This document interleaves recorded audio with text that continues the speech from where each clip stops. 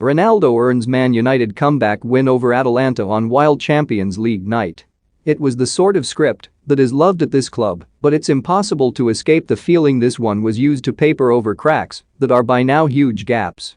Ole Gunnar Solskjaer will doubtless put this down to the spirit and soul of the club, and it is true to say that this 3-2 win over Atalanta again showed that this team are at the very least playing for their manager. Cristiano Ronaldo offered yet another late match-winning moment on another raucous European night. It was just that this victory was as much down to the willingness of a depleted Atalanta side to persevere with their approach to the point that risk became recklessness. Gianpiero Gasperini's one-on-one approach gave United countless opportunities that they were eventually going to take up. Another truth is that, as bad as this game was at halftime, United probably should have won about 8-2 rather than 3-2 by virtue of the chances created. They missed so many. Or perhaps that should be 8-3, since David De Gea made yet another crucial and brilliant save from Duvin Zapata with the score at 2-2.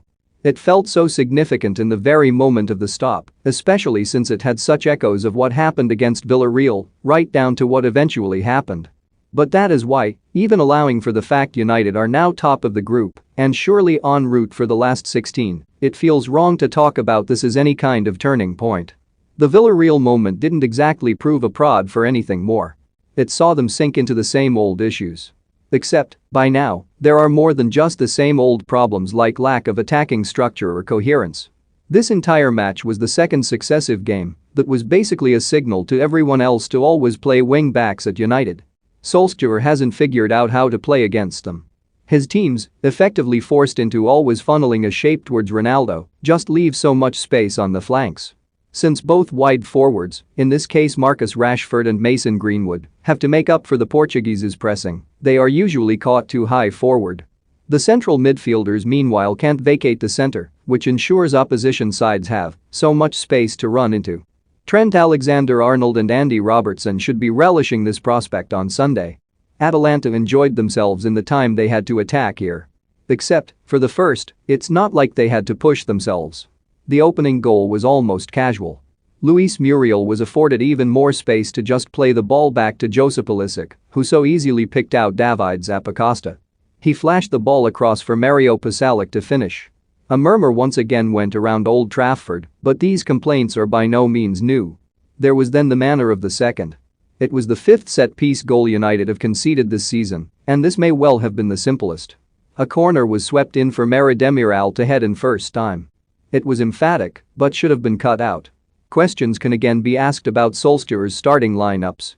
It again felt like an area Harry Maguire should be covering, although the centre half eventually showed a different value. There remain profound team concerns that shouldn't be glossed over amid the glory of another European night. As against Leeds, United were fortunate that Atalanta are a rare side who are so willing to play into their feet, even as Solskjaer's team so often seem prone to pointing a gun there. The Italians were no stranger to that. Rashford's initial goal came from a speculative Atalanta pass towards their own centre halves. United had countless chances to win the game a few times before the comeback and a second half that mostly saw them lay siege in vintage fashion.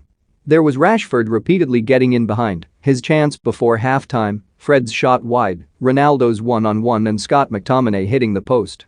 Sheer force of numbers indicated a goal was inevitable. Rashford showed the certainty that defines his game at its best with a goal. Maguire displayed the resilience that is one big reason why Solskjaer is always so determined to have him in the team. Then, there was the grandstand finish that so much of the season and so much of the game had made inevitable. There was Ronaldo's winner. The line will be of another one of those nights, but that's actually becoming the problem. They can't keep suffering too many of these days. United are constantly chasing the problems inherent to their structure, looking to always overcome what perpetually undercuts them. It means the script is so often similar, even if the show is impossible to take your eyes off.